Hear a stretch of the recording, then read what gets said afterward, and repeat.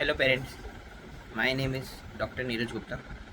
और जैसे हम पेरेंटिंग टिप्स के बारे में डिस्कस कर रहे हैं, पेरेंटिंग टिप्स हम 6 महीने से 12 साल के बच्चों में क्या क्या कर सकते हैं जिससे हमारे बच्चों का पेरेंटिंग या हमारे बच्चों का जो अ, अ, विकास है या जो डेवलपमेंट है वो सही से चले।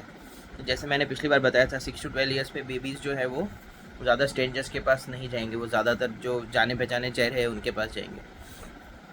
तो इस टाइम पे हम और वो लोग नई चीज़ें एक्सप्लोर करना चाहते हैं, नई चीज़ें देखना चाहते हैं। तो मेरी एडवाइस सभी पेरेंट्स से यही रहेगी कि कुछ एक टाइम फिक्स करके, अगर पॉसिबल है तो अपने बेबी को मॉर्निंग टाइम में हाफ एन आवर 15 मिनट्स के लिए, हाफ एन आवर के लिए छत पे या खुली जगह पे लेके जाइए।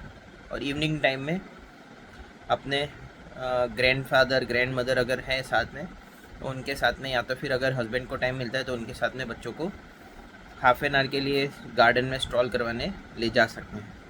उससे बेसिकली क्या रहता है, उससे बच्चे लोग जो है वो बाहर की चीज़ें देखते हैं, नई नई चीज़ें देखते हैं। और आ, कहीं ना कहीं उनका ब्रेन का डेवलपमेंट अच्छे से होता है। तो जितना वो देखते हैं उतना देख के सीखते हैं, दूसरे बच्चों को भी वो लोग देख के ऑब्ज़र्व करेंगे।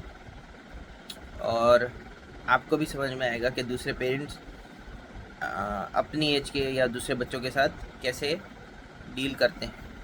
तो ये एक बेसिक पेरेंटिंग टिप है जिसमें आप अपने बच्चों को ज़्यादा टाइम निकालने की कोशिश करना चाहिए 6 to 12 ईयर्स के बच्चों में। नेक्स्ट इम्पॉर्टेंट चीज़ जो आती है वो डाइट, खाना कैसे खिलाना शुरुआत करना है। तो बहुत सारे पेरेंट्स डरे हुए रहते हैं कि खिलाना कैसे स्टार्ट करें या कैसे खिलाना स्टार्ट करना चाहिए, कब स्टार्ट करना चाहिए, ब्रेस्ट फीडिंग कैसे। अभी आजकल वर्किंग मॉम्स बहुत सारे होते हैं, तो वर्किंग मॉम्स के लिए फ़ीडिंग कैसे करवाएंगे, बॉटल फीडिंग का क्या इशू रहता है, बॉटल फीडिंग का क्या स्टेटस रहता है, क्या कभी ट्रैवल करने जा रहे हैं तो बॉटल दे सकते हैं, डायपर्स कब पहनाने चाहिए।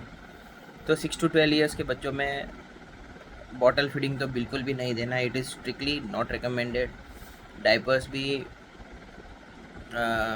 मैं तो नहीं रिकमेंड करता हूँ। मैं बहुत सारे पेरेंट्स हमको पूछते हैं कि सर हम डायपर्स पहना सकते हैं, तो diapers are strongly not recommended.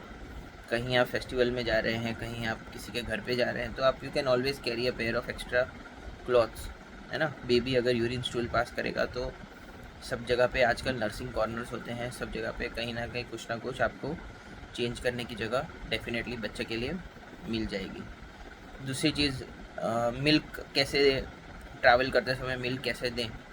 तो उसके आपके लिए आप क्या कर सकते हैं, 6 से 12 महीने का बच्चा है तो इतना इशू नहीं आएगा, क्योंकि आपका बच्चा अब ऊपर का खाना शुरू कर देगा। ऊपर का खाना जैसे मैंने आपको वो बताया, डरे हुए पेरेंट्स रहते हैं तो ऊपर का खाना हमें क्या शुरू करना है, आलू उबाल के मसल के दे सकते हैं हम।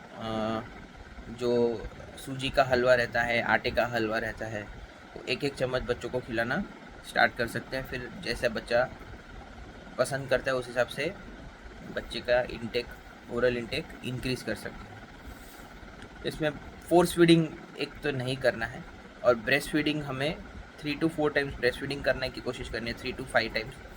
और 3 to 5 टाइम्स ऊपर का देने का स्टार्ट करना चाहिए 6 to 8 मंथ्स पे।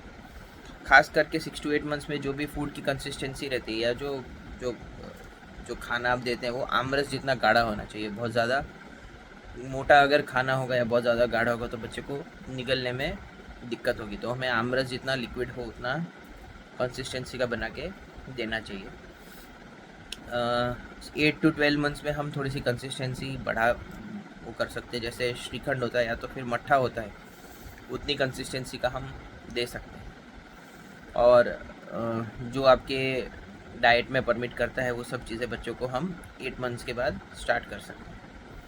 ट्रैवल में क्या करना है, ट्रैवल में अगर आपका बेबी ऊपर वीनिंग फूड पे है या ऊपर का खाना शुरू कर दिया है तो आप कैरी कर सकते हो, ग्लास में या कटोरी में दे सकते हो। और ब्रेस्ट फीड अगर आपको करवाना है तो ब्रेस्ट फीड आप आराम से करवा सकते हैं, इन ट्रेन्स, इन कार, कहीं भी बैठ के आप आराम से ब्रेस्ट फीडिंग करवा सकते हो, उसमें कभी इशू नहीं आता। अगर ब्रेस्ट फीडिंग में दिक्कत है तो आप क्या कर सकते हैं, अपना दूध निकाल के एक कंटेनर में रख सकते हैं। अगर आपने अपना दूध निकाल के कंटेनर में रखा है तो 6 से 8, 4 से 6 घंटा वो रूम टेम्परेचर पे ठीक रहता है। तो 6 आवर्स तक आप मिल्क स्टोर कर सकते हैं और दे सकते हैं। नहीं तो फार्मूला का एक बहुत बड़ा इशू रहता है, तो फार्मूला तो आपके डॉक्टर से पूछना है कि देना चाहिए या नहीं देना चाहिए, पर हम जनरली रिकमेंड नहीं करते। तो ये थी हल्की हल्की पेरेंटिंग टिप्स। जो और ज़िद करना, बच्चे जनरली 10 से 12 महीने के होते तब ये लोग टेम्पर टेंट्रम्स थ्रो करना या ज़िद करना शुरू करते हैं।